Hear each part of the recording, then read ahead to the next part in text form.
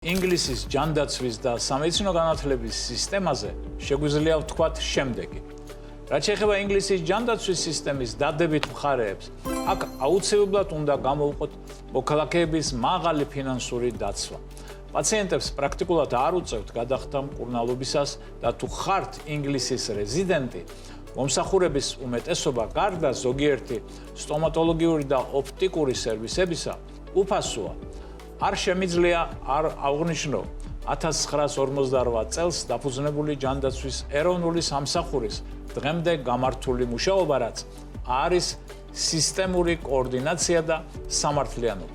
რაც შეეხება უარყოფით მხარეებს ინგლისის ჯანდაცვის სისტემისთვის, დაახლოებით იგივეა, როგორც სხვა მაღალგანვითარებულ ქვეყნებში. გრძელი რიგები გეგმიურ ოპერაციებსა და სპეციალისტებთან კონსულტაციებზე, რესურსების სიმცირე მზარდი მოთხოვნის პირობებში, მედიკამენტები ინგლისში უფასოა და ამისთვის რეცეპტით გაცემულ მედიკამენტებზე მოქმედებს ფიქსირებული სიმბოლური გადასახადი prescription charge. თუმცა გარკვეული ჯგუფებისთვის, ბავშვები, მოხუცები, ესეც უფასოა.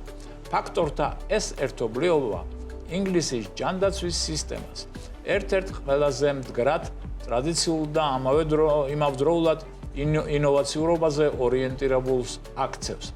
ინგლისის ჯანდაცვისა და სამედიცინო განათლების სისტემა რჩება ერთ-ერთ ყველაზე გავლენიან შესწავლად მოდელად საერთაშორისო დონეზე.